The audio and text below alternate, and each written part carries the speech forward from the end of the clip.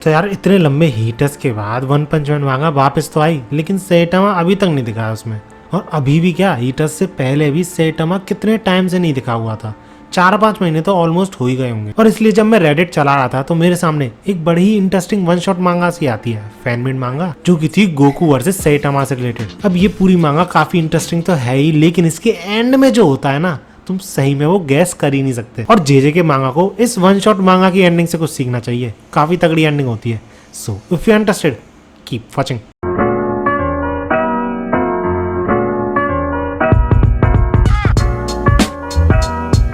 So story की starting होती है सेटामा और गोकू की मीटिंग से।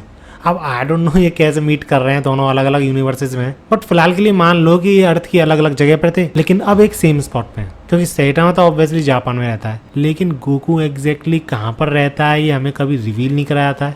शायद करा भी गया है, लेकिन उन टाउन्स का नाम अलग था जापान से काफी ज्यादा, तो तुम मान सकते हो जो भी है। एंड गोकू एज ऑलवेज सेटामा से मिलते ही ये बोल देता है, हे वाल्डी तुम काफी ज्यादा स्ट्रॉन्ग लगते हो, फाइट करना चाहोगे? तो सरप्राइजिंगली सेटामा भी इस चीज पे बड़ी जल्दी हाँ बोल देता है। इनफैक्ट पहला पंच भी सेटामा मारता है, जिसे गोकू रोक लेता है। और गोकू हंसते हुए सेटामा से बोलता है, कम ऑन यार, मुझे पता है तुम इससे काफी ज्यादा स्ट्रॉन्ग हो, होल्ड बैक मत करो, पूरी पावर लगाओ भैया। इतना बोलता है ये कि सेटामा अपने दूसरे पंच से गोकू को दूर उड़ा देता है। लेकिन इतने खतरनाक पंच के बावजूद गोकू अपने पैरों पे खड़ा हो जाता है और ये बोलता है, नॉट बैड, लेकिन अब मेरी बारी है तुम्हें शो करने की कि मैं कितना ज्यादा कैपेबल हूँ। दूसरी तरफ सेटामा, वो अपने आप में ही काफी ज्यादा सरप्राइज था। 2 नॉर्मल पंचेस के बावजूद उसका ओपोनेंट अपने पैरों पे खड़ा हुआ है और फाइट करना चाहता है। इसके बाद गोकू अपनी सुपर सैयन फॉर्म शो करता है, उसके बाद सुपर सैयन 2 फॉर्म शो करता है, उसके बाद सुपर सैयन 3 फॉर्म शो करता है, फिर गॉड शो करता है, फिर ब्लू वाली फॉर्म शो करता है। ये सारी चीजें शो करता आ रहा था। और ये सारी चीजें देखते हुए सेटामा के मन में सिर्फ एक ही क्वेश्चन आ रहा था, क्या ये बंदा अपने बालों को शो ऑफ कर रहा है क्या मेरे सामने? और इसी वजह से सेटामा गोकू पे चिल्लाते हुए बोलता है, enough with all these forms, just full power use करो, ये टाइम वेस्ट करना बंद करो। जिस पर गोकू भी लाइक, अरे ठीक है, चिंता मत करो, ये मेरी फाइनल फॉर्म है। क्योंकि इस पॉइंट ऑफ टाइम पे गोकू अपनी ब्लू फॉर्म में था एंड शायद अल्ट्रा इंस्टिंक्ट पे उसको कंट्रोल नहीं था, इसलिए इसको अपनी फाइनल फॉर्म बोल रहा था। अब यार आगे बढ़ने से पहले ये मांगा की जो ड्राइंग है ना, काफी तगड़ी है। अब आई डोंट नो इसे किसने ड्रॉ किया है, लेकिन पोस्ट इस बंदे ने किया था, यानी गॉड नॉन ने। और फीलिंग तो यही आ रही है कि ओरिजिनल आर्ट्स को इसने बस एक जगह पे प्लेस कर दिया है इस तरीके से कि ये सेम मांगा लगती है, बट स्टिल मेहनत तो लगी होगी, तो यार क्रेडिट तो देना पड़ेगा बंदे को, काफी तगड़ी मांगा लग रही है। और हाँ, अगर मेरी एक्सप्लेनेशन भी तुम्हें बढ़िया लग रही है तो यार एक लाइक तो बनता है इस वीडियो पे। एंड इस सबके बाद अगर वापस फाइट पे आए तो गोकू सेटामा पे अटैक करने लग जाता है। एंड सेटामा इस पॉइंट ऑफ टाइम पे सिर्फ डॉज ही कर पा रहा था, क्योंकि जब भी वो पंच मारने की कोशिश करता था तो गोकू उसके पंच को डिफ्लेक्ट कर दिया करता था। रोक तो सकता नहीं है ना, तो डिफ्लेक्ट ही कर रहा था, क्योंकि गोकू जब तक एक पंच रोकेगा सेटामा तब तक दूसरा पंच ऑलरेडी लैंड कर चुका होगा। इसके तुरंत बाद हमें कहानी में एक ट्विस्ट दिखाया जाता है, जो कि इन दोनों की फाइट से ही रिलेटेड था, क्योंकि इन दोनों की फाइट को देख रहे थे ओमनी किंग ज़ेनो। अब इन दोनों को फाइट कितनी ज्यादा पसंद है इसका जीतता जाता है एग्जाम्पल है टूर्नामेंट ऑफ पावर वाला आर्क। लेकिन दिक्कत यहाँ पे ये थी कि टूर्नामेंट ऑफ पावर में तो ये दोनों ही एक बंदे को सपोर्ट कर रहे थे, यानी गोकू को। ऑब्वियसली वो एमसी था इसलिए, लेकिन यहाँ पे ये दोनों ही एमसी हैं, इसलिए दोनों ही अलग अलग बंदे को सपोर्ट करते हैं। एक करता है सेटामा को, एक करता है गोकू को।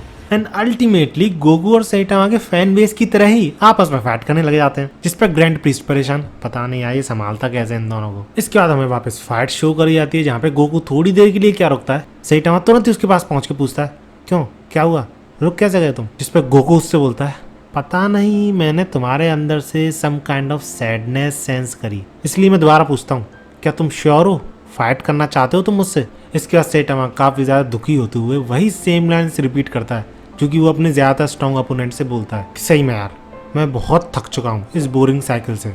हर कोई बोलता है कि वो उसे चैलेंज करना चाहता है और काफी अच्छी फाइट देगा, लेकिन at the end result same ही निकलता है, सामने वाला कुछ भी नहीं कर पाता, और उस फाइट से ना तो मैं ग्रो कर पाता हूँ, ना ही मुझे सेटिस्फेक्शन मिलती है। हर बार ऐसा ही होता है, और अब इसलिए मैं एम्प्टी फील करने लगा हूँ। जिसके रिप्लाई में गोकू हंसते हुए बोलता है, अच्छा ऐसा क्या, तुम्हारे आसपास कोई भी इतना ज्यादा स्ट्रॉन्ग है नहीं क्या? वैसे दिख भी रहा है तुम फाइट्स करते करते काफी ज्यादा बोर हो गए हो, इंटरेस्ट रहा नहीं तुम्हें, बट मैं तो लकी हूँ, मुझे काफी तगड़े तगड़े फाइटर से फाइट करने का मौका मिला है, और इसलिए मेरे अंदर हमेशा एक भूख रहती है और भी ज्यादा स्ट्रॉन्ग अपोनेंट से फाइट करने की।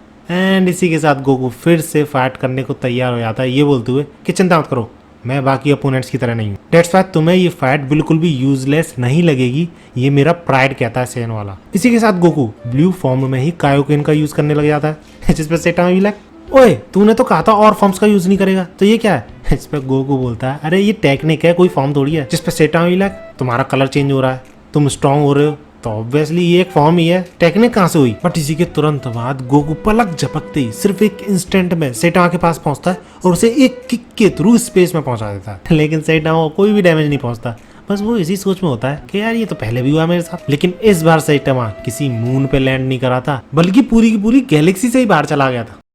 Are you serious right now, bro?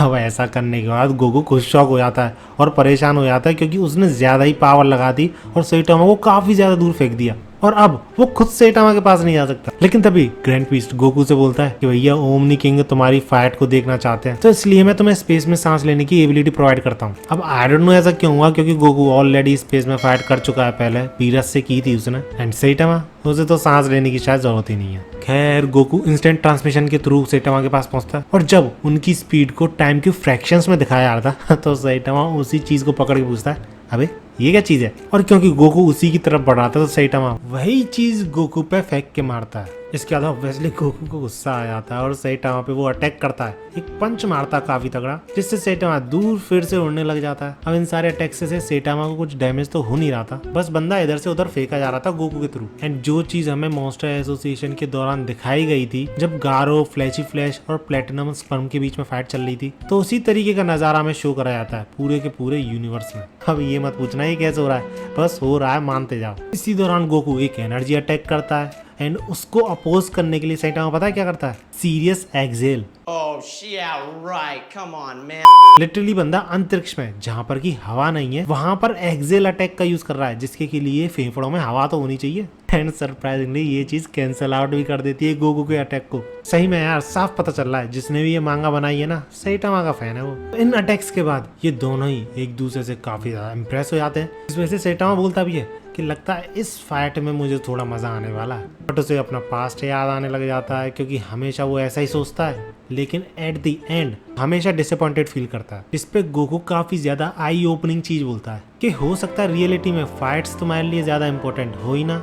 हाँ भले ही मुझे मजा आता है फाइट करने में और इसलिए मैं करता भी हूँ, लेकिन हो सकता है तुम्हारे साथ ऐसा केस ना हो क्योंकि उसका खुद का बेटा काफी ज्यादा टैलेंटेड है और फाइट्स में काफी ज्यादा इम्प्रूव कर सकता है करना चाहे तो, लेकिन स्टिल वो फाइट करता ही नहीं है और काफी ज्यादा खुश है अपनी जिंदगी में। और इसी वजह से गोकू के अकॉर्डिंग दूसरी चीजों में सेटामा को खुशी ढूंढनी चाहिए, जिसपे सेटामा बोलता है कि हाँ तुम शायद सही हो भी सकते हो, लेकिन तुम्हारे जैसे बंदे से फाइट करने का मौका मुझे शायद दोबारा नहीं मिलेगा और मुझे पता है तुम भी मुझसे फाइट करना चाहते हो, सो लेट्स कीप गोइंग। जिसपे गोकू भी क्लियर कर देता है कि ठीक है बिल्कुल कंटिन्यू करते हैं और हाँ अपना 100% दो, क्योंकि अगर हम अपना 100% देते हैं तो इस जगह पे किसी को भी हार्म नहीं होने वाला। इसके तुरंत ही बाद हम सेटामा को कंसेक्यूटिव सीरियस पंचेस का यूज करते हुए देखते हैं, जो कि जनरली सेटामा करता ही नहीं है यूज। और सही में यार इस अटैक के अगेंस्ट में गोकू कुछ भी नहीं कर पाता, डिफेंड भी काफी ज्यादा मुश्किल से कर पा रहा था। और सबसे ज्यादा गोकू के लिए सरप्राइजिंग चीज तो यही थी कि सेटामा ना तो किसी तरीके की फॉर्म यूज कर रहा है, ना ही की को यूज कर रहा है, सिर्फ रॉ स्ट्रेंथ के बलबूते पे इतना ज्यादा पावरफुल है सेटामा। और सिर्फ यही चीज शॉकिंग नहीं है,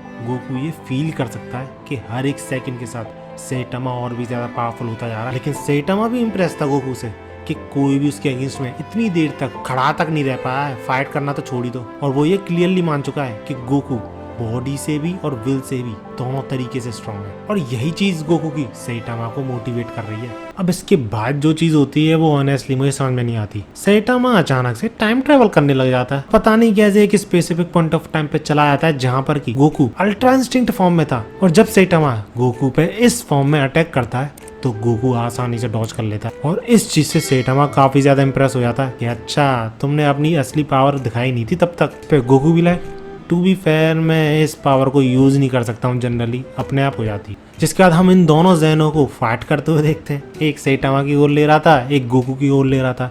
तो ग्रैंड प्रीस्ट गोकू से बोलता है कि भैया गोकू बंद कर इस फाइट को, क्योंकि अगर ये फाइट और भी ज्यादा बढ़ी तो ओमनी किंग्स और भी ज्यादा सीरियसली फाइट करने लग जाएंगे एक दूसरे से और हो सकता है पूरे के पूरे यूनिवर्स को इससे खतरा हो। अब गोकू इस चीज से निराश तो होता है, लेकिन उसके पास कोई चॉइस थी नहीं, तो वो मना कर देता फाइट करने से सेटामा से। और दूसरी तरफ सेटामा जो कि काफी खुश था कि फाइनली वो ढंग से फाइट कर पा रहा है किसी अपोनेंट से, कोई अपोनेंट इतना ज्यादा स्ट्रांग है जिसके के साथ वो 100% जा सकता है, बट इतने में ही गोकू सैटामा से बोलता है sorry but we need to stop this, क्योंकि अगर हमने और फाइट आगे बढ़ाई तो पूरे के पूरे यूनिवर्स को खतरा हो सकता है। जिस पर सैटामा काफी ज्यादा गुस्सा हो जाता है कि जब से वो खुद ही बोल रहा था कि तगड़ी फाइट देगा सैटामा को और अब असली मजा आने लगा है तो वो रुकने की बोल रहा है। लेकिन तभी सैटामा रियलाइज करता है गोकू की उसी बात को कि खुशी और भी चीजों में ढूंढी जा सकती है। फिर उसको जैनोस का चेहरा याद आता है, किंग दिखता है जो कि गेम खेल रहा है उसके साथ, तो वो मान जाता है आसानी से कि हाँ सही कह रहे हो, पूरे के पूरे वर्ल्ड को रिस्क पे लगाना सिर्फ इतनी सी फाइट के लिए वो सही नहीं रहेगा। एंड दैट्स हाउ वो वहां से चल देते हैं, जैसे कि अर्थ पे किसी रास्ते पे अलविदा कह रहे हैं उसे। लिटरली स्पेस में ऐसे अलविदा कहते हुए जा रहे हैं, पता ही नहीं क्या चल रहा है। लेकिन पता दिक्कत क्या आती है, ओमनी किंग वैसे भी डिस्ट्रॉय कर सकते थे पूरे के पूरे वर्ल्ड को, लेकिन अब जब फाइट रुक चुकी है तब भी वो इस पूरे के पूरे वर्ल्ड को डिस्ट्रॉय करने की सोचते हैं। लेकिन तभी एक आवाज सुनाई देती है उन्हें, दी साइलेंस ब्रैट्स। और पता है ये आवाज किसकी थी? गेस करो।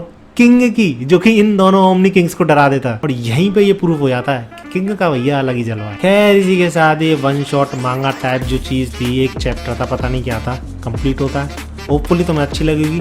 अगर हाँ तो मुझे बताना कमेंट्स में ऐसी वीडियोस तुम्हें चाहिए कि नहीं। रेडिट पे ऐसी ही और भी काफी ज्यादा वन शॉट मांगास हैं, फैन मेड मांगास, जो कि तुम्हें पसंद आ सकती हैं। और भी वीडियो दिलाऊंगा ऐसी, तो लाइक करके और कमेंट्स में जरूर बताना ये वीडियो तुम्हें अच्छी लगी कि नहीं। मिलते हैं अगली वीडियो में।